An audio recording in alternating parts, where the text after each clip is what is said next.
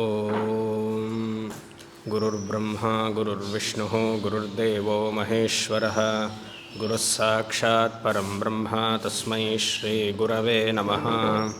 ಸದಾಶಿವಸಮಾರಂಭಾಂ ಶಂಕರಾಚಾರ್ಯಮಧ್ಯಮಾಂ ಅಸ್ಮದಾಚಾರ್ಯಪರ್ಯಂತಾಂ ವಂದೇ ಗುರುಪರಂಪರಾಂ.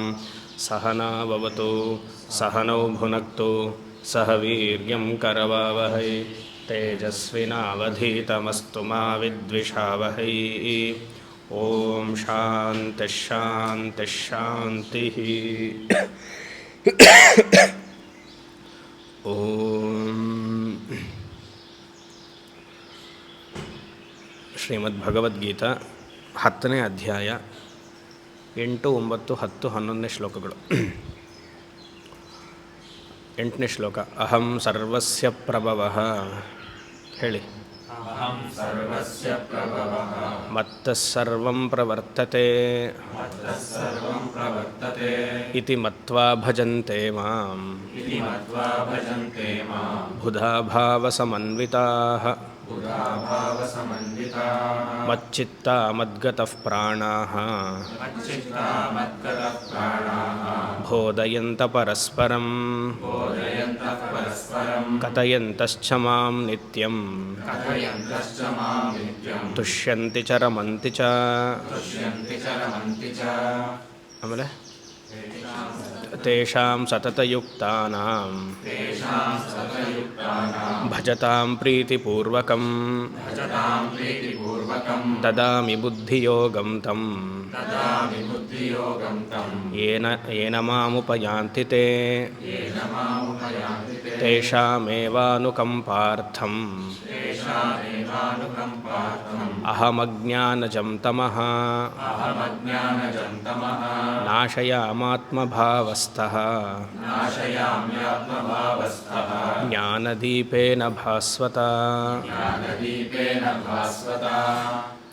ಇದು ಒಳ್ಳೆ ಪೋರ್ಷನ್ ಭಗವದ್ಗೀತೆಯಲ್ಲಿ. 8ರಿಂದ 11ನೇ ಶ್ಲೋಕ, 4 ಶ್ಲೋಕ.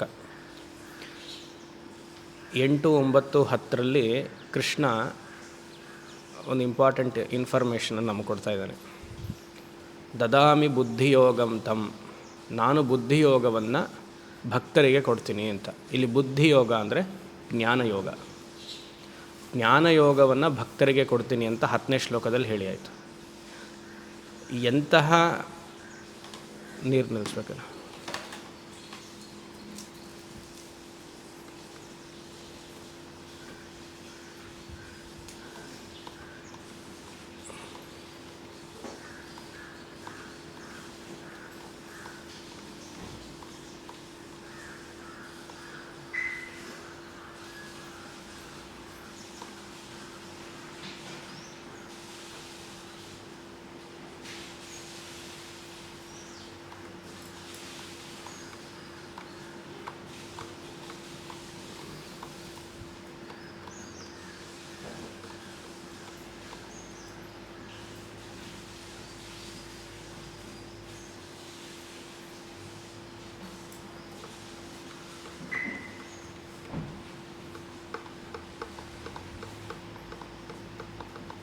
ನಾನು ಬಿಟ್ಟು ಹೇಗೆ ಶುರು ಮಾಡಿದ್ರಿ ಅಂತ.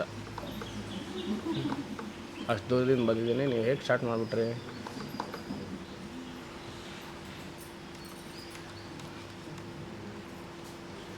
ವಿಷ್ಣುರ ವಿಷ್ಣು ಇದಂ ವಿಷ್ಣುರ್ವಿಚಕ್ರಮೇ ತ್ರಯಧಾ ನಿದಧೇ ಪದಂ ಸಮೋರ್ಣಮಸ್ಯ ಭಾಗುಂ ಸುರೇ. ಎಂತಹ ಭಕ್ತರಿಗೆ ನಾ ಕೊಡ್ತೀನಿ ಅಂತ ಪ್ರಶ್ನೆ ಮಾಡಿದಾಗ, ವಿಶ್ವರೂಪ ಈಶ್ವರರನ್ನ ಧ್ಯಾನ ಮಾಡುವಂತಹ ಭಕ್ತರಿಗೆ ನಾನು ಬುದ್ಧಿಯೋಗವನ್ನು ಕೊಡ್ತೀನಿ ಅಂತ. ವಿಶ್ವರೂಪ ಈಶ್ವರ ಧ್ಯಾನವನ್ನು ಮಾಡೋಕ್ಕಿಂತ ಮುಂಚೆ ಆತ ಅನೇಕ ರೂಪ ಈಶ್ವರನ ಭಕ್ತ ಆಗಿರಬೇಕು. ಅದಕ್ಕಿಂತ ಮುಂಚೆ ಏಕರೂಪ ಈಶ್ವರನ ಭಕ್ತ ಆಗಿರಬೇಕು. ಅದನ್ನೇ 8ನೇದಲ್ಲಿ ಹೇಳಿರೋದು.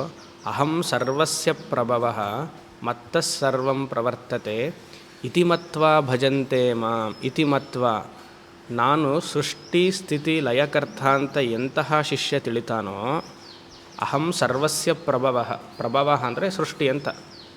ಮತ್ತ ಸರ್ವಂ ಪ್ರವರ್ತತೆ, ನನ್ನಲ್ಲಿಯೇ ಎಲ್ಲ ಕ್ರಿಯೆಗಳು ನಡೀತಾ ಇದೆ, ನನ್ನಲ್ಲಿಯೇ ಎಲ್ಲವನ್ನು ಹೊರಡಿಸ್ತಾ ಇದ್ದೀನಿ, ಅನುಗ್ರಹ ತಿರೋಧಾನ ಎಲ್ಲ ಕ್ರಿಯೆಗಳು ನನ್ನಿಂದನೇ ನಡೀತಿದೆ. ಇತಿಮತ್ವ ಯಾರು ತಿಳಿತಾರೋ ಮಾಂ ಭಜಂತೆ, ಅವರು ಬುಧಾಭಾವ ಸಮನ್ವಿತ. ಬುಧ ಅಂದರೆ ಬುದ್ಧಿಶಾಲಿಗಳು ಅಂತ, ಭಾವ ಸಮನ್ವಿತ ಅಂದರೆ ಮನಸ್ಸಿನಲ್ಲಿ ಆ ಭಗವಂತನ ಸಗುಣ ಈಶ್ವರನ ವೃತ್ತಿಯನ್ನು ಮನಸ್ಸಿನಲ್ಲಿ ಯಾವಾಗಲೂ ಹಾಕ್ಕೊಂಡಿದ್ದಾರೆ. ಇವಾಗ ಅಹಂ ಸರ್ವಸ್ಯ ಪ್ರಭವ ಅಂದರೆ ಉದಾಹರಣೆಗೆ ಅಂದರೆ ಅಪ್ಪ ಅಮ್ಮಂದರು ತೊಗೊಳ್ಬೋದು. ಮಕ್ಕಳನ್ನ ಹುಟ್ಟಿಸುವಂಥವರು ಅಪ್ಪ ಅಮ್ಮಂದರು. ಮತ್ತು ಸರ್ವಂ ಪ್ರವರ್ತತೆ ಅಂದರೆ ಅಲ್ಲಿ ಸ್ವಲ್ಪ ಕ್ವಶನ್ ಮಾರ್ಕ್ ಬರುತ್ತೆ. ನಾನೇ ಮಕ್ಕಳನ್ನ ಕಾಪಾಡ್ತೀನಿ ಅಂತ ಕೃಷ್ಣ ಅಲ್ಲಿ ಹೇಳಿದ್ದು, ಇಲ್ಲಿ ಹಾಗಲ್ಲ. ಯಾಕೆ ಹಾಸ್ಟೆಲ್ಗೆ ಹಾಕ್ಬಿಡ್ತೀವಲ್ಲ, ಹಾಸ್ಟೆಲ್ಗೆಲ್ಲ ಹಾಕಿ ಏನು ಮಾಡ್ತೀವಿ, ಮಕ್ಕಳನ್ನ ಹಾಸ್ಟೆಲ್ ನೋಡ್ಕೊಳ್ತಾರೆ, ಅದು ಏನೋ ಬೇರೆ ಒಂದೇನೋ ಆಗುತ್ತೆ. ಸೊ ನಮ್ಮಲ್ಲಿ ಆತ್ಯಂತಿಕವಾಗಿ ಅಪ್ಪ ಅಮ್ಮಂದರು ಯಾರು ಅಂದರೆ ಭಗವಂತ ಒಬ್ಬನೇ. ಇದು ನಮ್ಮದೆಲ್ಲ ತಾತ್ಕಾಲಿಕವಾಗಿ care takers, real care taker is ಭಗವಂತ. ಆ ರೀತಿಯಾಗಿ ಯಾರು ಮಾಂ ಭಜಂತೆ ಬುಧಾಭಾವ ಸಮನ್ವಿತ, ಬುದ್ಧಿಶಾಲಿಗಳು, ಅವರು ಪುರುಷಾರ್ಥ ನಿಶ್ಚಯವನ್ನು ಮಾಡಿಕೊಂಡಿದ್ದಾರೆ. ಭಾವ ಸಮನ್ವಿತ, ಇಲ್ಲಿ ಭಾವ ಅನ್ನೋದಕ್ಕೆ ಮನಸ್ಸಿನಲ್ಲಿ ಪೂರ್ತಿ ಸಗುಣ ಈಶ್ವರನ ಭಕ್ತಿ ಇದೆ ಅಂತ. ಭಾವ ಟು ಎಕ್ಸ್ಟ್ಯಾಟಿಕ್ ಸ್ಟೇಟ್. ಹೇಗೆ ರಾಮಕೃಷ್ಣ ಪರಮಹಂಸರಿದ್ರೋ, ಹೇಗೆ ಮೀರಾಬಾಯಿ ಇದ್ರೋ, ಹೇಗೆ ತುಕಾರಾಮ್ ಇದ್ದರು, ಅವ್ರಿಗೆಲ್ಲ ಏನು ಸಗುಣ ಈಶ್ವರನ ಧ್ಯಾನವೇ ಮನಸ್ಸಿನಲ್ಲಿ ಪೂರ್ತಿ ಕೃಷ್ಣ ನಾರಾಯಣ ಗೋವಿಂದ ರಾಮ ಇತ್ತೋ ಆ ರೀತಿಯಾಗಿ ಯಾರಿರ್ತಾರೋ ಅಂತ 8ನೇ ಅಧ್ಯಾಯದಲ್ಲಿ ಯಾರಿರ್ತಾರೋ, ಇನ್ನೂ ಮುಗ್ದಿಲ್ಲ ಅಂಥವ್ರಿಗೆ 10ನೇ ಶ್ಲೋಕದಲ್ಲಿ ಬುದ್ಧಿಯೋಗಂ ತಮ್. 9ನೇ ಶ್ಲೋಕ ಏನಾಯಿತು, ಸ್ಟಾರ್ಟಿಂಗ್ ಏನು 9ನೇ ಶ್ಲೋಕ, ಮಚ್ಚಿತ್ತಾಹ ಮದ್ಗತಃ ಪ್ರಾಣಾಹ ಬೋಧಯಂತಃ ಪರಸ್ಪರಂ ಕಥಯಂತಶ್ಚ ಮಾಂ ನಿತ್ಯಂ ತುಷ್ಯಂತೆ ಚ ರಮಂತಿ ಚ. ಈ ಭಕ್ತರೆಲ್ಲ ಏನು ಮಾಡ್ತಾರೆ, ಏಕರೂಪ ಈಶ್ವರ ಭಕ್ತರು ಹಾಗೂ ಅನೇಕ ರೂಪ ಈಶ್ವರ ಭಕ್ತರು ಏನು ಮಾಡ್ತಾರೆ, ಸದಾ ಚರ್ಚೆಯನ್ನು ಮಾಡ್ತಿರ್ತಾರೆ. ಕಥಯಂತಶ್ಚ ಮಾಂ ನಿತ್ಯಂ ತುಷ್ಯಂತಿ ಚ ರಮಂತಿ ಚ. ಇವತ್ತು ಬೆಳಗ್ಗೆ ಭಾಗವತ ಸಪ್ತಾಹ ಏನೋ, ನಾಳೆ ಅಲ್ಲಿ ಭಾಗವತ ಸಪ್ತಾಹ ಏನೋ, ಕೃಷ್ಣನ ಲೀಲಾ ವೈಭವಗಳನ್ನೆಲ್ಲ ಹೇಳ್ತಿರ್ತಾರೆ. ಪ್ರತಿ ಕ್ಷೇತ್ರದಲ್ಲೂ ಹೋಗಿ ಕೃಷ್ಣನ ಅವ್ರ ಇಷ್ಟ ದೇವತೆಯನ್ನು ಎಲ್ಲ ಹೋಗಿ ಸಮಯವನ್ನು ವ್ಯರ್ಥವೇ ಮಾಡಲ್ಲ. ಅರ್ಥ ಆಯ್ತಾ? ಸಮಯವನ್ನು ಮಚ್ಚಿತ್ತಾಹ, ನನ್ನ ಮನಸ್ಸಿನಲ್ಲಿ ಭಗವಂತನ ಸ್ಮರಣೆಯೇ ಇದೆ. ಮದ್ಗತಃ ಪ್ರಾಣಾಹ, ನನ್ನ ಇಂದ್ರಿಯಗಳೆಲ್ಲ ಭಗವಂತನ ಕಡೆನೇ ಹೋಗ್ತಾ ಇದೆ. ಪೂಜೆ ಮಾಡೋದರಾಗಲಿ, ಸೇವೆ ಮಾಡೋದರಾಗಲಿ, ಧ್ಯಾನ ಮಾಡೋದರಾಗಲಿ ಈ ಕಡೆನೇ ಹೋಗ್ತಾ ಇದೆ. ಪ್ರಾಣಾಹ ಅಂದರೆ ಇಂದ್ರಿಯಗಳು, ಇಲ್ಲಿ ಮನಸ್ಸಿನ ಜೊತೆಗೆ ಪ್ರಾಣಾಹ. ಮಚ್ಚಿತ್ತಾಹ ಮದ್ಗತಃ ಪ್ರಾಣಾಹ ಬೋಧಯಂತಃ ಪರಸ್ಪರಂ, ಕಥೆಗಳನ್ನು ಬೋಧಯಂತಃ ಪರಸ್ಪರಂಗೆ ಶಂಕರಾಚಾರ್ಯರು ಹೇಳ್ತಾರೆ, ನನ್ನ ಸೃಷ್ಟಿ ಸ್ಥಿತಿ ಲಯ ಎಲ್ಲವನ್ನು ಮಾತಾಡಿಕೊಂಡು, ಏನು ಭಗವಂತ ಎಷ್ಟು ನೋಡಪ್ಪ, ಏನು ಅದ್ಭುತ, ಒಂದು ಹಿಮಾಲಯಸ್ ಹೇಗಿದೆ, ಅಥವಾ ಗಂಗೆ ಹೇಗಿದೆ, ಕಾಶಿ ಹೇಗಿದೆ, 12 ಜ್ಯೋತಿರ್ಲಿಂಗಗಳು ಹೇಗಿದೆ, ಇದರೆಲ್ಲ ಮಾತಾಡಿಕೊಂಡು ಸಂತೋಷವಾಗಿ ಆತ್ಮಾರಾಮ ಸ್ಥಿತಿಯಲ್ಲಿ ತುಷ್ಯಂತಿ ರಮಂತಿ. ತುಷ್ಯಂತಿ ಅಂದರೆ ಭಗವಂತನ ನಾಮ ಕೇಳೋದ್ರಿಂದ ಅವ್ರಿಗೆ ಆನಂದ, ಕೇಳಿದ ತಕ್ಷಣ ರಮಂತಿ, ಇದೆಲ್ಲ ನೆಲೆ ನಿಲ್ಲಿಸೋಣ ಅಂತ ಆ ರೀತಿಯಾಗಿರ್ತಾರೆ. ಇಂತಹ ಭಕ್ತರಿಗೆ ತೇಷಾಂ ಸತತಯುಕ್ತಾನಾಂ ಭಜತಾಂ ಪ್ರೀತಿಪೂರ್ವಕಂ ದದಾಮಿ ಬುದ್ಧಿಯೋಗಂ ತಂ. ಇಂತಹ ಭಕ್ತರಿಗೆ ಮಾತ್ರ ನಾನು ಜ್ಞಾನಯೋಗವನ್ನು ಕೊಡ್ತೀನಿ. ಇಲ್ಲಿ ಎಂತಹ ಜ್ಞಾನ ಅಂದರೆ ಏಕರೂಪದಿಂದ ಅನೇಕ ರೂಪಕ್ಕೆ ಬಂದು ಅನೇಕ ರೂಪದಿಂದ ಸರ್ವವೂ ಬ್ರಹ್ಮಮಯ ಅನ್ನುವಂತಹ ವೃತ್ತಿ ಯಾರು ಬೆಳೆಸ್ಕೊಳ್ತಾರೋ ಅವ್ರಿಗೆ ಮಾತ್ರ ಬುದ್ಧಿಯೋಗವನ್ನು ಕೊಡ್ತೀನಿ. ಇಲ್ಲಿ ಸರ್ವವೂ ಬ್ರಹ್ಮಮಯಂ ಅಂದರೆ ವಿಶ್ವರೂಪ ಈಶ್ವರ ಪ್ಲಸ್ ಎಲ್ಲ ಯೋಗಿಗಳು ಯಾರು ಧ್ಯಾನಮಗ್ನರಾಗಿರ್ತಾರಲ್ವ ಅವರನ್ನು ಸೇರಿಸ್ಕೊಳ್ಬೇಕಿದಲ್ಲಿ. ಅಂದರೆ ಭಗವಂತ ಬಿಟ್ಟರೆ ಏನೂ ಇಲ್ಲ, ಎಲ್ಲವೂ ಆ ಭಗವಂತನ ಸ್ವರೂಪ ಎಲ್ಲರದಲ್ಲಿಯೂ ಇದೆ, ನನ್ನಲ್ಲಿಯೂ ಇದೆ ಅನ್ನುವಂತಹ ವೃತ್ತಿ ಯಾರಿಗಿರುತ್ತಲ್ವ ಅವ್ರಿಗೆ ಮಾತ್ರ ಭಕ್ತಿಯೋಗವನ್ನು ಕೊಡ್ತೀನಿ, ಧ್ಯಾನ ಯೋಗವನ್ನು ಕೊಡ್ತೀನಿ. ಅಂದರೆ qualification to gain spiritual knowledge, self knowledge, ಭಕ್ತಿ ಈಸ್ ಮ್ಯಾಂಡೇಟ್ರಿ ಅಂತ ಇಲ್ಲಿ ಕೃಷ್ಣ ಹೇಳ್ತಾ ಇದೆ. ಸತತವಾಗಿ ಮನಸ್ಸಿನಲ್ಲಿ ಭಗವಂತನೇ ನನ್ನ ಪುರುಷಾರ್ಥ ಅಂತ ಹೇಳ್ಕೊಂಡ್ಮೇಲೆ ಅಂಥವನಿಗೆ ಮಾತ್ರ ಭಗವಂತ ಒಲಿತಾನೆ ಅಂತ ಕೃಷ್ಣನ ಮಾತು. ಆ ರೀತಿಯಾಗಿ 11ನೇ ಮಂತ್ರವನ್ನು ನೋಡಿದಾಗ, ಆ 11ನೇ ಮಂತ್ರ ಮಾತ್ರ ಇವಾಗ ಭಾಷ್ಯವನ್ನು ನೋಡೋಣ ಅಂತ, ಇದು ಅದಕ್ಕೆ ಪೂರ್ವ ಪೀಠಿಗೆ. ಆ ರೀತಿಯಾಗಿ ಬುದ್ಧಿಯೋಗವನ್ನು ಕೊಡ್ತೀವಿ. ಶಂಕರರು ಇಂಟ್ರಡಕ್ಷನ್ ಕೊಡ್ತಾರೆ, ಚೆನ್ನಾಗಿದೆ. One of the beautiful paragraphs ಇದು 11ನೇ ಶ್ಲೋಕ. ಗೀತೆಯಲ್ಲಿ ತುಂಬ ಚೆನ್ನಾಗಿ ಆನಂದಿಸಿ ಬರೀತಾರೆ ಶಂಕರರು. ಕಿಮರ್ಥಂ ಕಸ್ಯ ವಾ ತತ್ಪ್ರಾಪ್ತಿ ಪ್ರತಿಬಂಧಕ ಹೇತೋಃ ನಾಶಕಂ ಬುದ್ಧಿಯೋಗಂ ತೇಷಾಂ ತದ್ಭಕ್ತಾನಾಂ ದದಾಸಿ ಇತಿ ಆಪೇಕ್ಷ್ಯಾಯಂ ಆಹ. ಇಂಟ್ರಡಕ್ಷನ್ 11ನೇ ಶ್ಲೋಕಕ್ಕೆ. ಕಿಮರ್ಥಂ ಯಾವ ಕಾರಣಕ್ಕೆ, ಕಸ್ಯವ ಯಾರಿಗೆ, ತ್ವದ್ಭಕ್ತಾನಾಂ ಬುದ್ಧಿಯೋಗಂ ದದಾಸಿ, ಅಲ್ಲಿ ಅನ್ವಯ ಮಾಡ್ಕೊಳ್ಬೇಕು, 2ನೇ ಸಾಲಲ್ಲಿದೆ. ಯಾವ ಕಾರಣಕ್ಕೋಸ್ಕರ ನೀನು ಈ ಬುದ್ಧಿಯೋಗ ಅಂದರೆ ಜ್ಞಾನಯೋಗವನ್ನು ನಿನ್ನ ತ್ವದ್ಭಕ್ತಾನಾಂ ದದಾಸಿ, ಯಾಕೆ ಕೊಡ್ತೀಯ, ವಾಟ್ ಈಸ್ ದಿ ರೀಸನ್? ಅಂದರೆ ಏನಾದ್ರು ನಿನಗೂ ಅವ್ರಿಗೇನಾದ್ರು ಡೀಲ್ ಇಟ್ಕೊಂಡಿದ್ಯಾ, ಯಾಕಾದ್ರೆ ಕೊಡ್ತೀಯ ಹಾಗೆ ಅಂತ. ಅಂದರೆ ಹಿಂದಿನ ಶ್ಲೋಕಕ್ಕೆ ತೊಗೊಂಡಾಗ ವಿಶ್ವರೂಪ ಈಶ್ವರನ ಉಪಾಸಕರಾದ್ರಿಂದ ನಾನು ಅವ್ರಿಗೆ ಬುದ್ಧಿಯೋಗವನ್ನು ಕೊಡ್ತೀನಿ. ಮತ್ತು ಅದೊಂದು ಪ್ರಾಬ್ಲಮ್ ಅಲ್ಲ, ಅದೊಂದು ಉತ್ತರ. ಇನ್ನೊಂದು, ಭಗವಂತನಿಗೂ ಭಕ್ತನಿಗೂ ವಿಶ್ವರೂಪ ಈಶ್ವರ ಉಪಾಸಕರಾಗಲಿ ಯೋಗಿಗಳಾಗಲಿ ಅವ್ರಿಗಿನ್ನೂ ಒಂದು ಥಿನ್ ಲೇಯರ್ ಆಫ್ ಅಜ್ಞಾನ ಇದೆ. ಯಾಕಂದರೆ ಭಕ್ತ ಭಗವಂತ ಅನ್ನುವಂತಹ ದ್ವೈತ ಭಾವ ಇದೆ. ಈ ದ್ವೈತ ಭಾವವನ್ನು ಹೋಗ್ಸೋಕ್ಕೆ ನಾನು ಬುದ್ಧಿಯೋಗವನ್ನು ಕೊಡ್ತೀನಿ. ಹುಷಾರಾಗಿ ತಿಳಿಬೇಕು. ಏಕರೂಪ ಈಶ್ವರನಿಂದ ನನ್ನ ಕೃಷ್ಣ ಮಾತ್ರಪ್ಪ, ನನ್ನ ಈಶ್ವರ ಮಾತ್ರ, ಆಯಿತಾ, ನನಗೆ ದೇವರು, ಮಿಕ್ಕ ದೇವ್ರನ್ನೆಲ್ಲ ನಾನು ನೋಡೋದೇ ಇಲ್ಲ ಶುರುವಿನಲ್ಲಿ, ಹಂತದಲ್ಲಿ. ಯಾಕಂದರೆ ಏನೇ ನಾವು ಶುರು ಮಾಡಿಕೊಂಡ್ರೆ ಏನೇ ಇದ್ದರೂ ಗಣಪತಿ ಥರ ಕೇಳಿದ ತಕ್ಷಣ ಪ್ರತ್ಯಕ್ಷ ದೇವತೆ ಚಿನ್ನ, ಅವನಿಗೆ ನೋಡಿ ಸುಮ್ಮನೆ ಓಂ ಅಂತ ಬರೆದ್ಬಿಟ್ರೆ ಗಣಪತಿ ಆಗೋಗುತ್ತೆ. ಎಲ್ಲ ಕ್ಯಾಲೆಂಡ್ರಲ್ಲಿ ಈ ಇನ್ವಿಟೇಷನ್ ಹಾಕ್ತಾರಲ್ಲ. ಆದರೆ ರಾಮ ಆಗಲಿ ಇದೆಲ್ಲ ಆಯುಧಗಳಿಡಬೇಕು, ಇದಿಲ್ಲ. ಇವನು ಸುಮ್ಮನೆ ಹೊಟ್ಟೆ ಇಲ್ಲಿ ಮುಂದೆ ತಂದಿಟ್ಬಿಟ್ರೆ ಅದಾಗೋಯ್ತು ಗಣಪತಿ ಅಲ್ವಾ. ಯಾಕಂದ್ರೆ ನಮ್ಮ ಗಣಪತಿ ಯಾಕೆ ಅಂದರೆ ನಮ್ಮ ಹೊಟ್ಟೆನೂ ಆ ಥರನೇ ಇರುತ್ತೆ ಹಾಗೆ ಅಂತ. ಗಣಪತಿ ಎಷ್ಟು ಇಷ್ಟ, ಬೇರೆ ಯಾವ ದೇವರೂ ನಾವು ಅವಾಗ ಇಷ್ಟಪಡಲ್ಲ. ನಮ್ಮ ಇಷ್ಟ ದೇವತೆನೇ ಹಾಗೆ ಹೇಳ್ಕೊಟ್ಟಿರ್ತಾರೆ, ಇಷ್ಟ ದೇವತೆಯಲ್ಲಿಯೇ ಕಾನ್ಸಂಟ್ರೇಟ್ ಮಾಡಬೇಕು ಅಂತ. ಆಮೇಲೆ ಗಣಪತಿಯನ್ನು ಎಲ್ಲ ದೇವರಲ್ಲಿಯೂ ನೋಡ್ತಾ ಬರಬೇಕು. ರಾಮನಲ್ಲಿ ಗಣಪತಿಯನ್ನು ನೋಡಬೇಕು, ವಿಷ್ಣುವನಲ್ಲಿ ಗಣಪತಿ ನೋಡಬೇಕು, ಅಮ್ಮನವರಲ್ಲಿ ಗಣಪತಿ ನೋಡಬೇಕು, ಎಕ್ಸೆಟ್ರಾ. ಅದೇ ನಿಮ್ಮ ದೇವತೆಗಳು. ಆಮೇಲೆ ಫಾರಮ್ನ ಟ್ರಾನ್ಸ್ಯಾಂಡ್ ಮಾಡಿ ಗಿಡ ಮರಗಳಲ್ಲೆಲ್ಲ ನೋಡ್ತಾ ಇರಬೇಕು. ಚರ ಅಚರದಲ್ಲಿಯೂ ನೋಡಬೇಕು. ಚರ ಅಚರದಲ್ಲಿ ನೋಡುವವನಿಗೆ ಇಲ್ಲಿ ಹೇಳ್ತಾ ಇರೋದು. ಆ ರೀತಿಯಾಗಿ ಯಾರು ನೋಡ್ತಾನೋ, ಆ ಈಶ್ವರ ತತ್ವವನ್ನೇ ಮನಸ್ಸಿನಲ್ಲಿ ಪ್ರಾಣದ ಮೂಲಕ ಯಾರು ತಗೊಂಡಿದ್ದಾನೋ, ಇಲ್ಲಿಗೆ ಎಷ್ಟೋ ಜನ ಮುಗಿಸ್ಬಿಟ್ಟಿರ್ತಾರೆ, ಇದೇ ನನಗೆ ಪುರುಷಾರ್ಥ, ಕಣ್ಣು ಮುಚ್ಕೊಂಡು ಕೂತ್ರೆ ಸಾಕು ಅಂತ. ಅದಿನ್ನೂ ದ್ವೈತ ಭಕ್ತಿಯೇ ಇದೆ ಅಲ್ಲಿ. ಅಂಥವನಿಗೆ ತ್ವದ್ಭಕ್ತಾನಾಂ ಬುದ್ಧಿಯೋಗಂ ದದಾಸಿ, ಯಾವ ಕಾರಣಕ್ಕೆ ಕೊಡ್ತೀಯ, ಇಂಟ್ರಡಕ್ಷನ್ ಇದು ಒಂದು, ಯಾವ ಕಾರಣಕ್ಕೆ ಕೊಡ್ತೀಯ. ಮತ್ತು ಯಾವುದೋ ಒಂದು ಬಂಧನ ಇತ್ತು, ಎಲ್ಲಿ ಭಕ್ತನಿಗೂ ಭಗವಂತನಿಗೂ ಒಂದು ಬಂಧನ ಇತ್ತು. ತ್ವತ್ಪ್ರಾಪ್ತಿ ಪ್ರತಿಬಂಧಕ ಹೇತು ಅಂದರೆ ಆ ಅಜ್ಞಾನ ಅನ್ನುವಂತಹ ಪ್ರತಿಬಂಧಕ ಆಬ್ಸ್ಟೆಕಲ್ ಇರೋದ್ರಿಂದ ತದ್ನಾಶಕಂ, ಆ ನಾಶ ಆಗಬೇಕು ಅಂತ ಜ್ಞಾನಯೋಗವನ್ನು ಅನುಗ್ರಹಿಸ್ತಾ ಇದ್ದಾನೆ. ಶಂಕರರ ಇಂಟ್ರಡಕ್ಷನ್ ಇದು. ಆ ರೀತಿಯಾಗಿ ಇತಿ ಆಶಂಕ, ಈ ಥರ ಏನಾದ್ರು ಸಂಶಯ ಬಂದರೆ ಆಹಾ ಉತ್ತರವನ್ನು ಈ ಶ್ಲೋಕದಲ್ಲಿ ಹೇಳ್ತಿದ್ದಾರೆ. ತೇಷಾಮೇವ ಕಥಂ ನುನಾಂ, ನೂ ಇಲ್ಲ ಅಲ್ಲಿ, ಎಕ್ಸ್ಟ್ರಾ ಅದು ತೆಕ್ಕೊಳ್ಬೇಕು. ತೇಷಾಮೇವ ಕಥಂ ನಾಮ ಶ್ರೇಯಸ್ಯಾತ್ ಇತಿ ಅನುಕಂಪಾರ್ಥಂ ದಯಾಹೇತೋಃ ಅಹಂ ಅಜ್ಞಾನಜಂ ಅವಿವೇಕತಃ ಜಾತಂ ಮಿಥ್ಯಾಪ್ರತ್ಯಯಲಕ್ಷಣಂ ಮೋಹಾಂಧಕಾರಂ ತಮಃ ನಾಶಯಾಮಿ ಆತ್ಮಭಾವಸ್ಥಃ ಆತ್ಮನಃ ಭಾವಃ ಆತ್ಮಭಾವಃ ಅಂತಃಕರಣಾಶಯಃ ತಸ್ಮಿನ್ನೇವ ಸ್ಥಿತಃ ಸನ್ ಜ್ಞಾನದೀಪೇನ ವಿವೇಕಪ್ರತ್ಯಯರೂಪೇಣ ಇತಿ.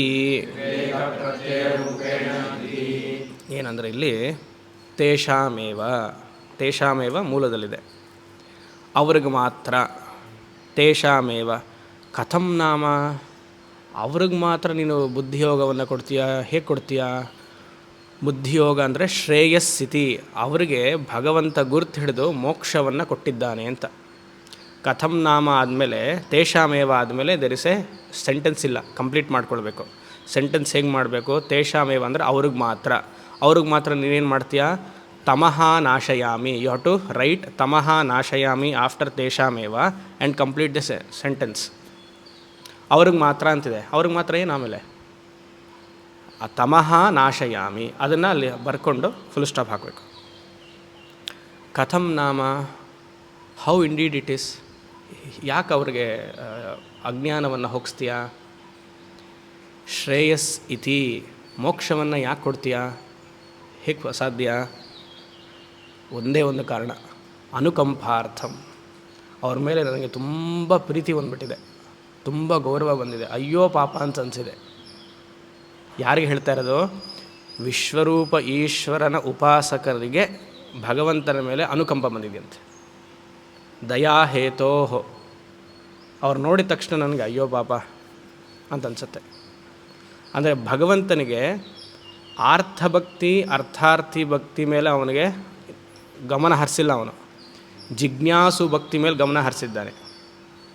ಯಾರು ಜಿಜ್ಞಾಸು ಭಕ್ತರಾಗಿರ್ತಾರೋ ಅವ್ರಿಗೆ ಮಾತ್ರ ಭಗವಂತನ ಸಂಪೂರ್ಣವಾದ ಆಶೀರ್ವಾದ. ಹೀಗೆ ಮಿಕ್ಕವ್ರಿಗೆಲ್ಲ ಹೀಗೆ ಇಷ್ಟ ಕೊಡೋದು ಭಗವಂತ. ಇವ್ರು ಮಾತ್ರ ಭಗವಂತನ ಅನುಗ್ರಹಕ್ಕೆ ಹೇಗೆ ಪಾತ್ರರಾದರು? ಮಿಕ್ಕವರೆಲ್ಲ ಏನು ಪಾಪ ಮಾಡಿದ್ದಾರೆ? ಅವರು ಭಗವಂತನ ಪ್ರಾರ್ಥನೆ ತಾನೇ ಮಾಡ್ತಾ ಇದ್ದಾರೆ, ಏಕರೂಪವಾಗಲಿ ಅನೇಕ ರೂಪವಾಗಲಿ ಭಗವಂತನ ಪ್ರಾರ್ಥನೆ ಮಾಡಿದ್ರೆ. ಪ್ರಾಬ್ಲಮ್ ಅದಲ್ಲ. ಇವ್ರು ಹೇಳ್ತಾರೆ, ಆನಂದಗಿರಿ ಹೇಳ್ತಾರೆ, ಜಿಜ್ಞಾಸು ಭಕ್ತರಾಗಲಿ ಅವರು ಸಂಸಾರದ ದೋಷವನ್ನು ಕಂಡುಕೊಂಡಿದ್ದಾರೆ, ಅದಕ್ಕೆ ಭಗವಂತ ಅವ್ರ ಮೇಲೆ ತುಂಬ ಆಸಕ್ತಿ ಪಡ್ತಿದ್ದಾನೆ.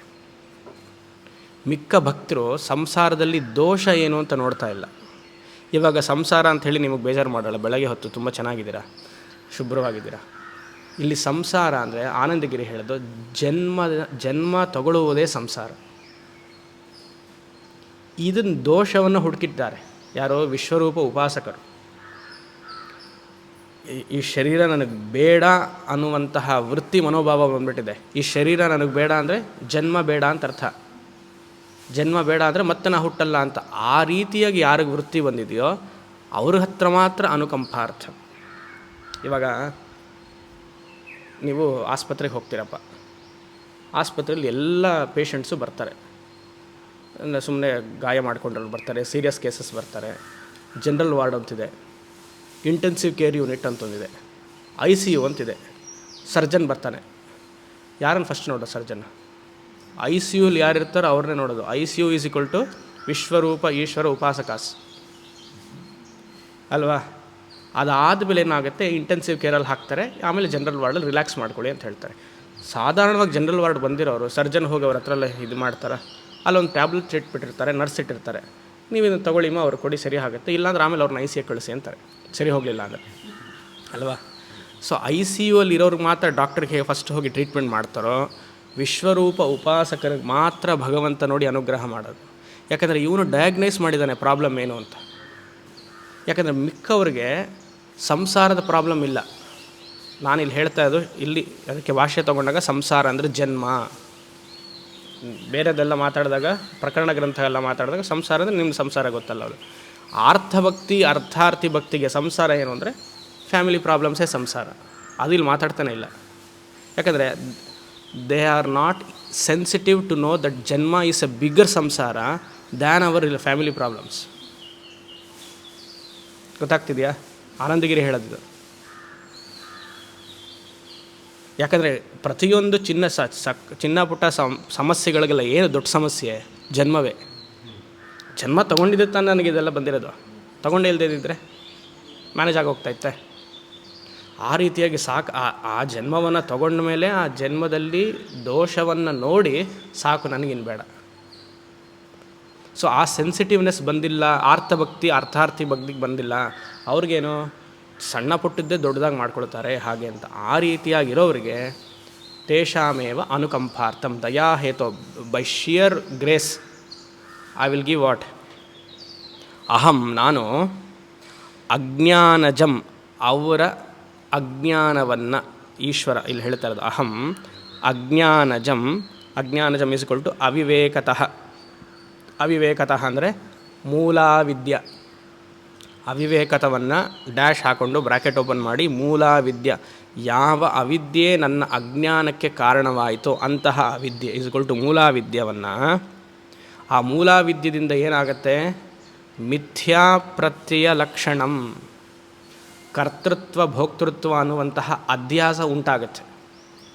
ಮಿಥ್ಯಾ ಪ್ರತ್ಯಯ ಇಸ್ಕೊಳ್ಟು ಅಧ್ಯಾಸ ಅಧ್ಯಾಸ ಇಸ್ಕೊಳ್ಟು ಕರ್ತೃತ್ವ ಭೋಕ್ತೃತ್ವ ಅನ್ನುವಂತಹ ಪ್ರತ್ಯಯ ಉಂಟಾದಾಗ ಮೋಹಾಂಧಕಾರಂ ಮೋಹ ಉಟ್ಕೊಳ್ಳುತ್ತೆ ನನ್ನ ಮನಸ್ಸಿನಲ್ಲಿ. ಮೋಹ ಅಂದ್ರೇನು? ತಪ್ಪು ತಿಳುವಳಿಕೆ. ತಪ್ಪು ತಿಳುವಳಿಕೆ ಅಂದ್ರೇನು? ಯಾವುದು ಸತ್ಯವಲ್ಲವೋ ಅದನ್ನು ಸತ್ಯ ಅಂತ ತಿಳಿಯುವುದೇ ಮೋಹ. ಯಾವುದು ಸತ್ಯ ಅಲ್ಲ? ಶರೀರ ಸತ್ಯವಲ್ಲ, ಫಸ್ಟಲ್ಲಿ ತಿಳಿಬೇಕು. ನೀವು ಪ್ರಪಂಚ ಸತ್ಯ ಅಲ್ಲ ಅಂತ ಹೇಳಲೇಬಾರ್ದು, ಆಮೇಲೆ ಅದು ಯಾಕಂದ್ರೆ ಪ್ರಪಂಚಕ್ಕೂ ನಮಗೂ ಸಂಬಂಧವೇ ಇಲ್ಲ. ನನಗೆ ಪ್ರಪಂಚ ಗೋಚರ ಆಗ್ತಾಯಿದೆ ಬಿಕಾಸ್ ಈ ಶರೀರದಲ್ಲಿ ಬಂಧನ ಇರೋದ್ರಿಂದ ಪ್ರಪಂಚ ನನಗೆ ಗೋಚರ ಆಗ್ತಾಯಿದೆ. ಶರೀರ ಸತ್ಯ ಅಂತ ಯಾವಾಗ ತಿಳಿತೀರೋ, ಅಹಂ ಸತ್ಯ ಶರೀರ ಸತ್ಯ ಅಂತ ತಿಳಿತೀರೋ, ನಿಮ್ಮ ಶರೀರಗಳಿಗೆಲ್ಲ ಮೋಹ ಬರುತ್ತೆ.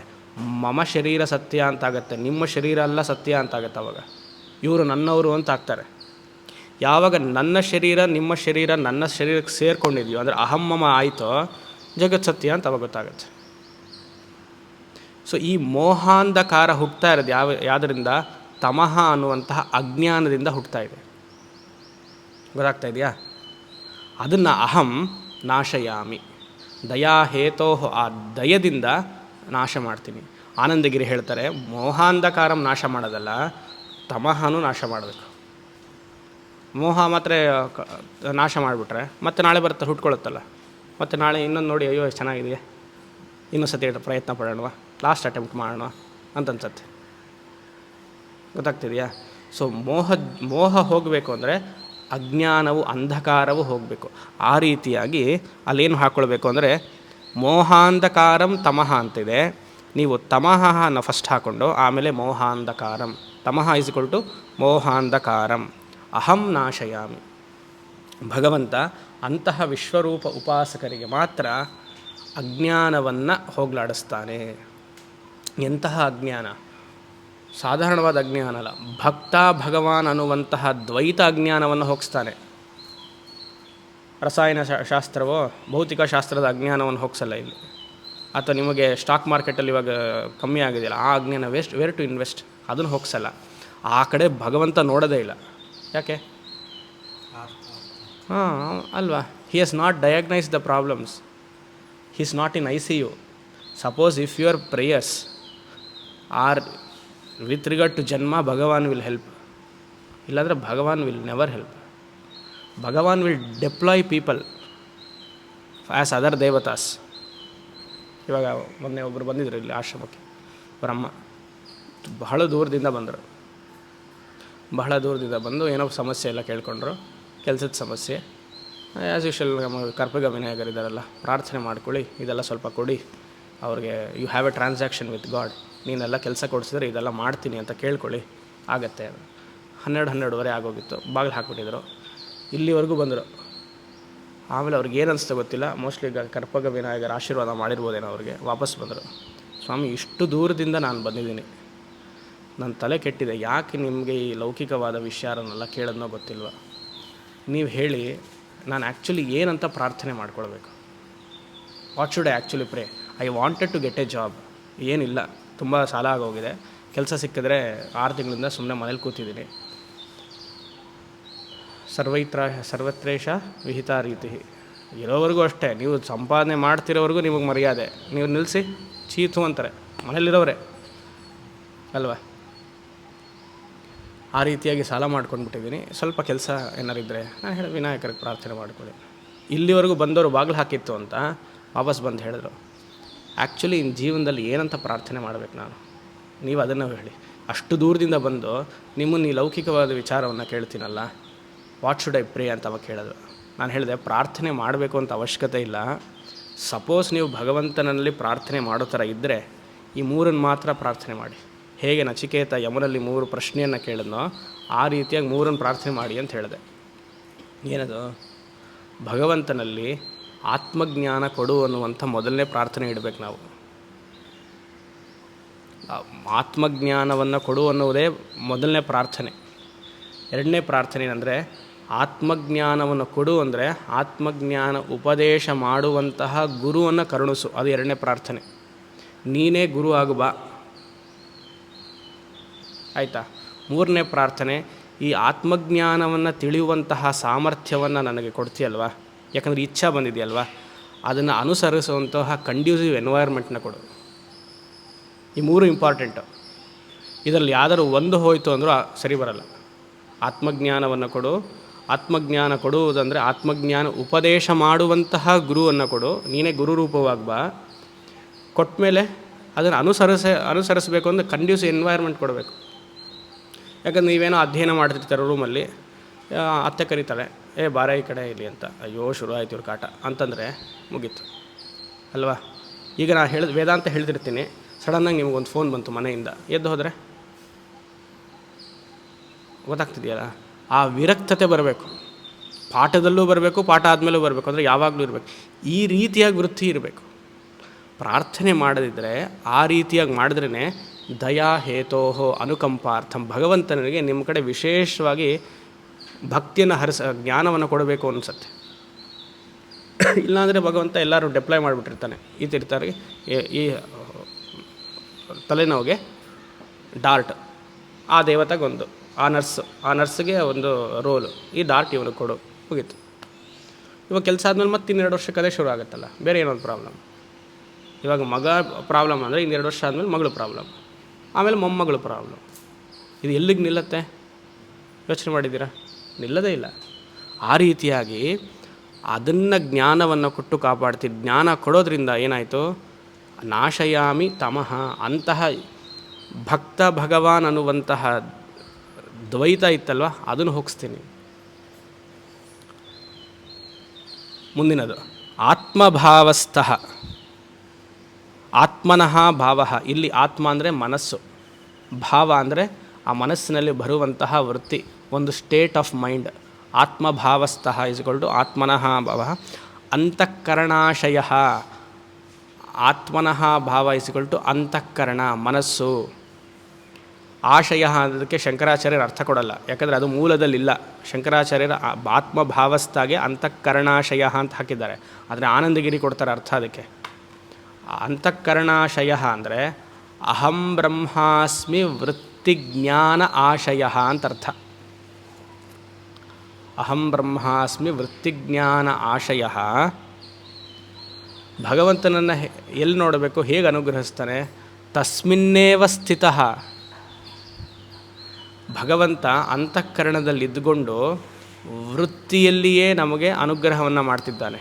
ಅಂತಃಕರಣಾಶಯ ಅಂದರೆ ಅಹಂ ಬ್ರಹ್ಮಾಸ್ಮಿಯ ವೃತ್ತಿಯನ್ನು ಈ ವಿಶ್ವರೂಪ ಈಶ್ವರ ಭಕ್ತ ಕೇಳಿಸ್ಕೊಳ್ತಾನೆ ಅಂದರೆ ಅವನಿಗೆ ಆ ವೃತ್ತಿ ಗೋಚರ ಆಗುತ್ತೆ ಹಲವಾರು ವರ್ಷಗಳ ಉಪಾಸನೆಯಿಂದ. ಆಗ ಅವನಿಗೊಂದು ಆಪರ್ಚುನಿಟಿ ಸಿಗುತ್ತೆ ಶ್ರವಣವನ್ನು ಮಾಡೋಕ್ಕೆ. ಯಾರಿಗೆ? ವಿಶ್ವರೂಪ ಉಪಾಸಕನಿಗೆ, ಮಹಾಯೋಗಿಗೆ. ತಸ್ಮಿನ್ನೇವ ಸ್ಥಿತಃ ಸನ್, ಆ ಹಲವಾರು ವೃತ್ತಿಗಳಲ್ಲಿ ಪ್ರತಿಬಿಂಬ ಚೈತನ್ಯದಲ್ಲಿ ಆ ವೃತ್ತಿಯನ್ನು ಬೆಳಗ್ತಾ ಇರುವಂತಹ ಆತ್ಮ ನಾನೇ ಅಂತ ಅವನಿಗೆ ಗೊತ್ತಾಗುತ್ತೆ. ವೇದಾಂತವನ್ನು ಕೇಳೋಕ್ಕೆ ಆಸಕ್ತಿ ಬರುತ್ತೆ. ಅಂದರೆ ಭಕ್ತಿಯೋಗ ಪೂರಕ, ಜ್ಞಾನಯೋಗ ಸಿದ್ಧಿ. ಹಲವಾರು ಜನ ಭಕ್ತಿಯೋಗವನ್ನು ಮಾಡಿ ವೇದಾಂತಕ್ಕೆ ಬರೋದೇ ಇಲ್ಲ, ಅವ್ರಿಗೆ ಆಸಕ್ತಿನೇ ಬರಲ್ಲ. ನಾಮ ಸಂಕೀರ್ತನೆಯಲ್ಲಿಯೇ ಜೀವನವನ್ನು ಕಳೆದು ಮುಗಿಸ್ಬಿಡ್ತಾರೆ. ಆತ್ಮಜ್ಞಾನಕ್ಕೆ ಬರಬೇಕು, ಅವ್ರಿಗೊಂದು ಆಪರ್ಚುನಿಟಿ ಸಿಗುತ್ತೆ. ಅದನ್ನು ಶಾಸ್ತ್ರದಲ್ಲಿ ವೃತ್ತಿವ್ಯಾಪ್ತಿ ಫಲವ್ಯಾಪ್ತಿ ಅಂತ ಹೇಳ್ತಾರೆ. ಏನು ವೃತ್ತಿವ್ಯಾಪ್ತಿ ಫಲವ್ಯಾಪ್ತಿ ಅಂದರೆ ಸ್ವಲ್ಪ ಟೆಕ್ನಿಕಲ್ ಇದು. ಪ್ರತಿಯೊಂದು ವಸ್ತುಗೂ ಇದು ಮೈಕು, ಈ ಮೈಕು ಹೇಗೆ ಗೊತ್ತಾಯ್ತು ನನಗೆ? ಒಂದು ಪೂರ್ವ ಜ್ಞಾನ ಇರಬೇಕು, ಇದು ಮೈಕು ಅಂತ. ಮತ್ತು ವೃತ್ತಿ ಈ ಮೈಕನ್ನು ಹರಡಬೇಕು. ವ್ಯಾಪ್ತಿ ಅಂದರೆ pervasive, the thought is pervasing this mike. ಮನಸ್ಸು ಇಂದ್ರಿಯಗಳ ಮೂಲಕ, ಕಣ್ಣಿನ ಮೂಲಕ ಈ ಮೈಕನ್ನು ನೋಡ್ತಾ ಇದೆ, ಕೇಳಿಸ್ಕೊಳ್ತಾ ಇದೆ ನೀವು. ಇದು ವೃತ್ತಿವ್ಯಾಪ್ತಿ. ಆದರೆ ಮನಸ್ಸು ಮಾತ್ರ ಇದು ಮೈಕು ಅಂತ ಹೇಳೋಕ್ಕೆ ಸಾಧ್ಯ ಇಲ್ಲ. ಆತ್ಮ ಮಾತ್ರ ಇದು ಮೈಕು ಅಂತ ಹೇಳೋಕ್ಕೆ ಸಾಧ್ಯ ಇಲ್ಲ. ಆತ್ಮ ಹಾಗೂ ಮನಸ್ಸು ಸೇರಿದಾಗ ಎಲ್ಲಿ ಚಿದಾಭಾಸ ಫಾರ್ಮ್ ಆಗುತ್ತಲ್ವ, ಆ ಚಿದಾಭಾಸವೇ ಬ್ರಹ್ಮ. ಚಿದಾಭಾಸ ಜೀವ ಅಂತ ನೆನ್ನೆ ಹೇಳಿದೆ, ಜೀವವೇ ಬ್ರಹ್ಮ. ಎಲ್ಲಿಯ ಕಾನ್ಷಿಯಸ್ನೆಸ್ ಬಂತೋ ಅದು ಫಲವ್ಯಾಪ್ತಿ. ಇದು ಮೈಕು ಅಂತ ಗೊತ್ತಾಯಿತು. ವೃತ್ತಿವ್ಯಾಪ್ತಿ ಇದೇನು ಪೂರ್ವಜ್ಞಾನ ಜೊತೆ ಇರೋದಾಗ ಫಲವ್ಯಾಪ್ತಿ. ಫಾರ್ ಎಕ್ಸಾಂಪಲ್, ಸೂರ್ಯ ಸ್ವಪ್ರಕಾಶ, ಕನ್ನಡಿ ಮನಸ್ಸು. ಸೂರ್ಯನ ಬಿಂಬ ಕನ್ನಡಿ ಮೇಲೆ ಬಿದ್ದರೆ ಕೋಣೆಯನ್ನು ಬೆಳಗುತ್ತೆ. ಕೇವಲ ಸೂರ್ಯ ಬೆಳಗೋಕ್ಕಾಗಲ್ಲ, ಕತ್ತಿರುವಂಥ ಕೋಣೆ ಎಕ್ಸಾಂಪಲ್ ಕೊಟ್ಟರೆ. ಕೇವಲ ಕನ್ನಡಿಯೂ ಬೆಳಗೋಕ್ಕಾಗಲ್ಲ, ಎರಡೂ ಇದ್ದಾಗ. ಈಗ ರಾತ್ರಿಯಲ್ಲಿ ಸೂರ್ಯ ಬೆಳಗ್ಗೆ ಬೆಳಗ್ತಾನೆ, ರಾತ್ರಿ ಚಂದ್ರ ಬೆಳಗ್ತಾನೆ. ಚಂದ್ರನಿಗೆ ಅವನದೇ ಪ್ರಕಾಶ ಇಲ್ಲ, ಸೂರ್ಯನ ಪ್ರಕಾಶವನ್ನು ತಗೊಂಡೇ ಬೆಳಗ್ತಾನೆ. ಸಪೋಸ್ ಗ್ರಹಣ ಬಂತು, ಇದನ್ನು ವೃತ್ತಿವ್ಯಾಪ್ತಿ ಫಲವ್ಯಾಪ್ತಿಯನ್ನು ಹೇಗೆ ಅರ್ಥ ಮಾಡ್ಕೊಳ್ಳೋಕೆ ಹೇಳ್ತಾ ಇದ್ದೀನಿ. ಇದು ನಂದು ಎಕ್ಸಾಂಪಲ್ ಅಲ್ಲ, ರಾಮಾನಂದ ಸರಸ್ವತಿಗಳು ಅಂತ ಕಾಶಿ ಈಶಾವಾಸ್ಯ ಋಷಿಕೇಶಲ್ಲಿದ್ದರು, ಅವ್ರು ಕೊಡುವಂಥ ಎಕ್ಸಾಂಪಲ್. ಅವರೇನು ಹೇಳ್ತಾರೆ, ಸೂರ್ಯಗ್ರಹಣ ಆಗುತ್ತೆ. ಸೂರ್ಯಗ್ರಹಣದ ಸಮಯದಲ್ಲಿ ಸಾಧಾರಣವಾಗಿ ಚಂದ್ರನ ಮೇಲೆ ಸೂರ್ಯನ ಪ್ರಭೆ ಬಿದ್ದು ಚಂದ್ರ ನಮಗೆ ರಾತ್ರಿಯಲ್ಲಿ ಕಾಣಿಸೋಕ್ಕೆ ಮಾಡ್ತಾನೆ. ಸೂರ್ಯಗ್ರಹಣದಲ್ಲಿ ಏನಾಗುತ್ತೆ, ಸೂರ್ಯನಿಗೂ ಭೂಮಿಗೂ ಮಧ್ಯದಲ್ಲಿ ಚಂದ್ರ ಬಂದುಬಿಡ್ತಾನೆ. ಚಂದ್ರ ಬಂದಾಗ ಏನಾಗುತ್ತೆ, ಅವನ ರಿಫ್ಲೆಕ್ಷನ್ ನಮಗೆ ಕಾಣಿಸಲ್ಲ. That reflection goes back to where? Goes back to Surya. ವೃತ್ತಿವ್ಯಾಪ್ತಿ ಫಲವ್ಯಾಪ್ತಿ ಗೊತ್ತಾಗ್ತಾ ಇದೆಯಾ? ಸೊ ಮನಸ್ಸಿನಲ್ಲಿ ಅಂತಃಕರಣ ಏವ ಸ್ಥಿತ ಅಂದಾಗ ಈ ಶಮದಮ ಹಂಗೆ ಮಾಡ್ಕೊಳ್ತಾ ಇದ್ದ ಇಂಟ್ಯೂಟಿವ್ ಆಗಿ ಅಹಂ ಬ್ರಹ್ಮಾಸ್ಮಿ ಗೋಚರ ಆಗಿಬಿಡುತ್ತೆ. ಗೋಚರ ಆದಾಗ ಏನಾಗುತ್ತೆ, ಆಟ ಮುಗಿದೋಯ್ತು. ಆವಾಗ ಏನಾಗುತ್ತೆ ಅಂತಿಲ್ಲ, ಜೀವನ್ಮುಕ್ತ ಸ್ಥಿತಿ. ತಸ್ಮಿನ್ನೇವ ಸ್ಥಿತ. ಭಗವಂತನನ್ನು ಎಲ್ಲಿ ಹುಡುಕಬೇಕು ಅಂದರೆ ಅಂತಃಕರಣದಲ್ಲಿಯೇ ಹುಡುಕಬೇಕು. He is never outside. Bhagavan is never outside. Advaita ವೇದಾಂತದ ಪ್ರಕಾರ ನೀವು ಭಕ್ತಿಲಿ ಎಲ್ಲ ಹುಡುಕಿ ಆ ಕಡೆ ಇದೆಲ್ಲ ಮಾಡಿ ಅಲ್ವಾ. ಆ ತಸ್ಮಿನ್ನೇವ ಸ್ಥಿತ, ತಸ್ಮಿನ್ ಮನಸ್ಸಿ ಅಂತಃಕರಣ ಏವ ಅಹಂ ಬ್ರಹ್ಮಾಸ್ಮಿ ರೂಪೇಣ ವೃತ್ತಿಜ್ಞಾನೇನ ರೂಪೇಣ ಮೂಲಕಃ ಸ್ಥಿತಃ ಇತಿ ಸನ್ ಜ್ಞಾನದೀಪೇನ. ಇದೇ ನಿಜವಾದ ಜ್ಞಾನ. ಇಂತಹ ಜ್ಞಾನವನ್ನು ನಾನು ಅನುಗ್ರಹಿಸ್ತೀನಿ. ಇವಾಗ ಶಂಕರರೇನು ಮಾಡ್ತಿದ್ದಾರೆ, ಈ ಆತ್ಮಜ್ಞಾನವನ್ನು ಒಂದು ದೀಪಕ್ಕೆ ಹೋಲಿಸ್ತಾ ಇದ್ದಾರೆ. ಜ್ಞಾನದೀಪೇನ ಭಾಸ್ವತ. ಭಾಸ್ವತ ಅಂದರೆ ಬೆಳಕು. ಪ್ರತಿಯೊಂದು ದೀಪದಲ್ಲಿಯೂ ಒಂದು ಪ್ರಭೆ ಇರುತ್ತಲ್ಲ, ಬೆಳಕಿರುತ್ತಲ್ಲ, ಅದನ್ನು ಈ ಪೋರ್ಷನ್ ಹೇಳ್ತಿದ್ದಾರೆ. ತಸ್ಮಿನ್ನೇವ ಸ್ಥಿತಃ. ಆ ಬೆಳಕು ನಿಮ್ಮ ಮನಸ್ಸಿನಲ್ಲಿ ಗೋಚರ ಆಗಬೇಕು ಅಂತಾದರೆ, ಶ್ರವಣ ಮನನದ ಮೂಲಕ ಗೋಚರ ಆಗಬೇಕು ಅಂತಂದರೆ ಈ ಪೋರ್ಷನ್ ಎಷ್ಟು ಚೆನ್ನಾಗಿದೆ ನೋಡಿ. ಭಕ್ತಿ ಪ್ರಸಾದ ಸ್ನೇಹಾಭಿಷಕ್ತೇನ ಮದ್ಭಾವನಾ ಅಭಿನಿವೇಶವಾತ ಇತರೇಣ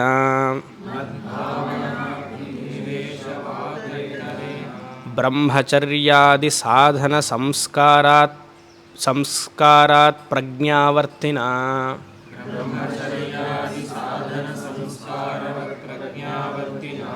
ವಿರಕ್ತಾನ್ ಅಂತಃಕರಣ ಆಧರೇಣ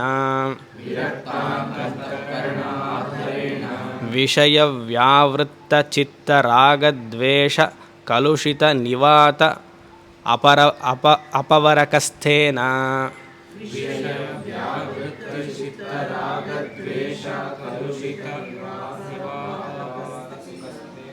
ನಿತ್ಯ ಪ್ರವೃತ್ತಿ ಏಕಾಗ್ರಧ್ಯಾನಜನಿತ ಸಮ್ಯಕ್ದರ್ಶಿನ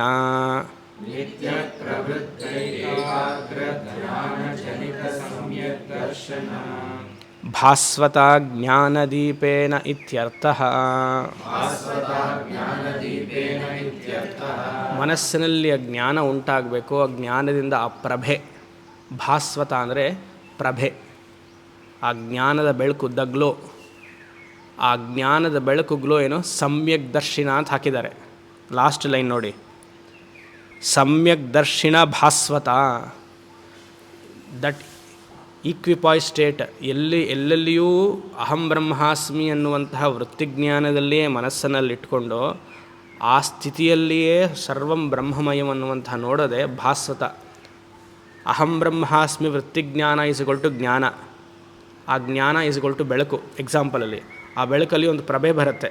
ಈಗೆಲ್ಲ ಕತ್ಲೆಲ್ಲ ನಾಶಯಾಮಿ ಮಾಡಿ ಬೆಳಕು ಬರುತ್ತೆ. ಅದೇನು ಸಮ್ಯಕ್ ದರ್ಶಿನ. He is very calm inside. ಮನಸ್ಸಲ್ಲಿ ಪರ್ಟಬ್ಡೇ ಆಗಲ್ಲ, ಅವನು ಆರಾಮಾಗಿರ್ತಾನೆ. ಏನು ಹೇಳಲ್ಲ. ಆಗತೆ ಸ್ವಾಗತಂ ಕುರ್ಯಾತ್ ಗಚ್ಚಂತ ನಿವಾರಯೇತ್.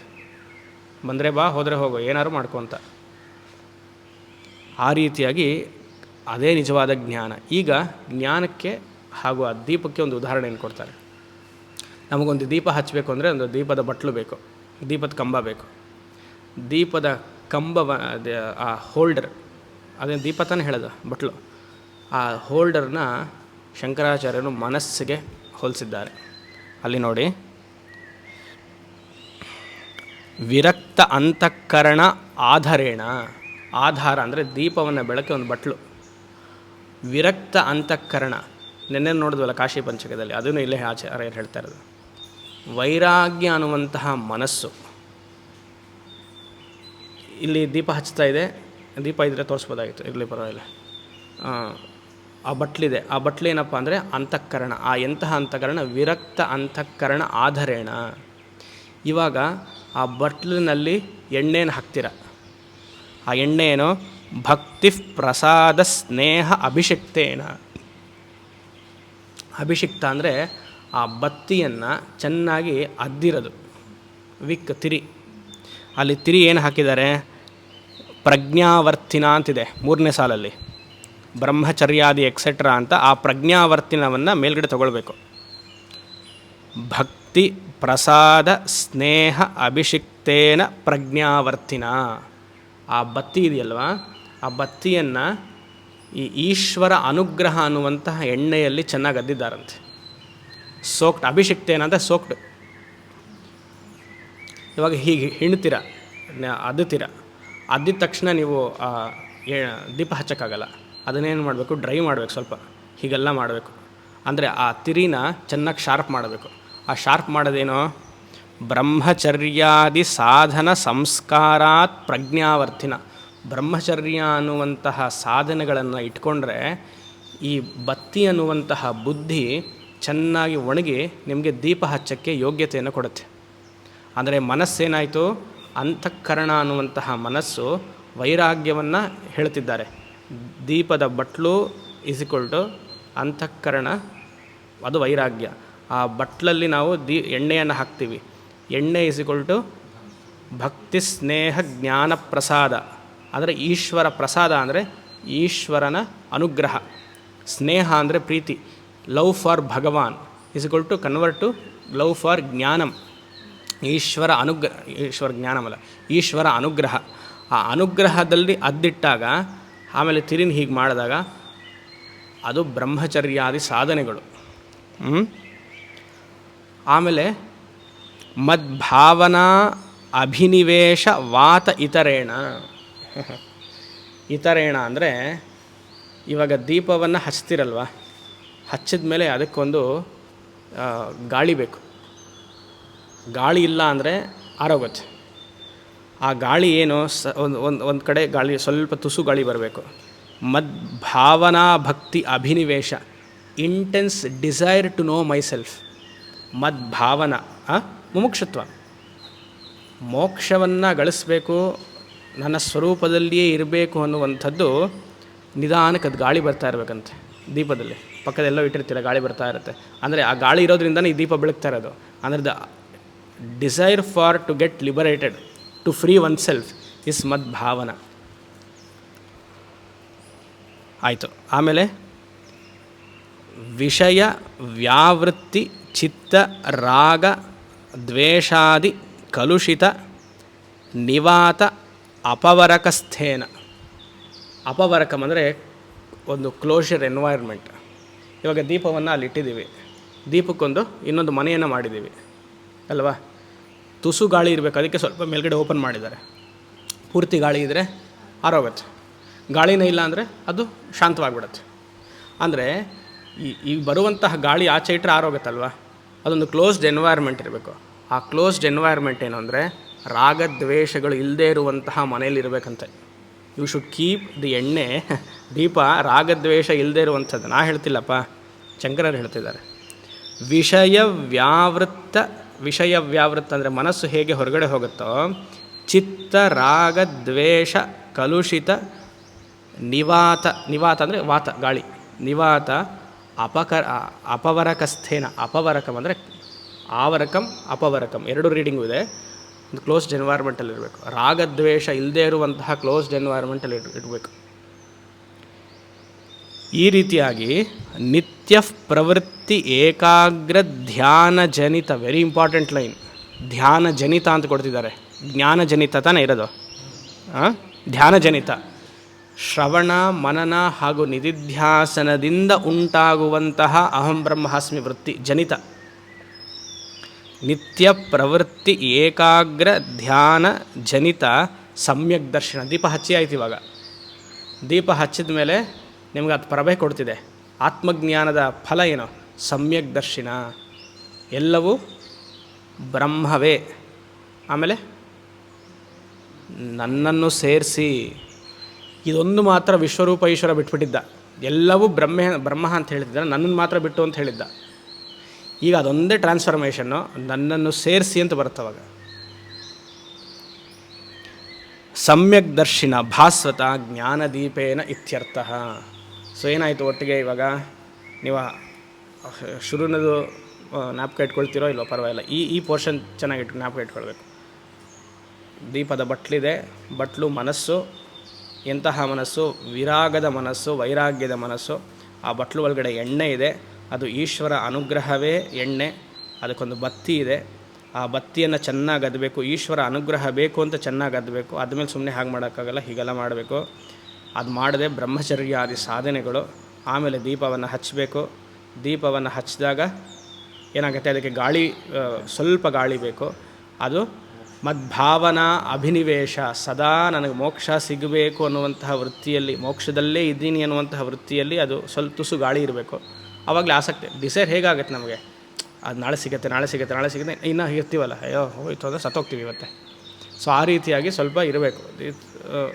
ಇದ್ದಾಗ ವಿಷಯ ವ್ಯಾವೃತ್ತ ಕಲುಷಿತ ಚಿತ್ತ ರಾಗಾದಿ ದ್ವೇಷ ವಾತ ಅಪವರಕಂ ಅಲ್ವಾ? ತುಂಬ ಗಾಳಿ ಇರಬಾರ್ದು. ಅದೊಂದು ಕ್ಲೋಸ್ಡ್ ಎನ್ವೈರ್ಮೆಂಟಲ್ಲಿ ಇಟ್ಟಿರಬೇಕು. ರಾಗದ್ವೇಷಗಳನ್ನೆಲ್ಲ ಎಂಟರ್ಟೈನ್ ಮಾಡಬಾರ್ದು. ನೀನು ಹಾಗೆ, ನೀನು ಹೀಗೆ, ನೀನು ಮಾಡಿದೆಯಲ್ಲ ಅಂತೆಲ್ಲ ಮಾತಾಡಬಾರ್ದು. ಅದೆಲ್ಲ ಆಗಲ್ಲ ಸ್ವಾಮಿ ಅಂತ ಹೇಳಿದ್ರೆ ಅದಕ್ಕೆ ನೀವು ಅರ್ಥಾರ್ಥ ಜ್ಞಾನ ಭಕ್ತಿನೇ ಅಲ್ಲಿರ್ತೀರ. ಆಯಿತಾ? ಆವಾಗ ದೀಪವನ್ನು ಹಚ್ಚಿದಾಗ ಶ್ರವಣ ಮನನ ಹಚ್ಚುವುದೇ ದೀಪ. ನಿತ್ಯ ಪ್ರವೃತ್ತಿ ಏಕಾಗ್ರ ಧ್ಯಾನ ಜನಿತ ಸಮ್ಯಕ್ ದರ್ಶಿನಃ. ನೋಡಿ, ಇಷ್ಟು ಬಂದೇ ಬಿಡುತ್ತೆ. ಅದೆಲ್ಲ ನೋಡೋದೇ ಅವಶ್ಯಕತೆ ಇಲ್ಲ. ಆವಾಗ ದೀಪವನ್ನು ಹಚ್ಚೋದಂದ್ರೇನು? ಶ್ರವಣ ಮನನ ನಿಧಿಧ್ಯಾಸನವೇ ದೀಪವನ್ನು ಹಚ್ಚೋದು. ಆ ದೀಪ ಹಚ್ಚಿದ ತಕ್ಷಣ ಪ್ರಭೆ ಬರುತ್ತಲ್ಲ, ಆ ಪ್ರಭೆಯೇ ಸಮ್ಯಕ್ ದರ್ಶಿನ. ಅಹಂ ಬ್ರಹ್ಮಾಸ್ಮಿ ಎನ್ನುವಂತಹ ನಿಶ್ಚಯ ಜ್ಞಾನ. ಇದು ಜ್ಞಾನದೀಪೇನ ಭಾಸ್ವತ. ಇಂಥವ್ರಿಗೆ ಮಾತ್ರ ಮೋಕ್ಷ ಸಾಧ್ಯ, ಮಿಕ್ಕವ್ರಿಗೆ ಸಾಧ್ಯ ಇಲ್ಲ ಅಂತ ಶಂಕರರ ಉತ್ತರ. ಚೆನ್ನಾಗಿದೆಯಾ? ಅಷ್ಟೆ. ಆದ್ದರಿಂದ ಏನು ಮಾಡಬೇಕು?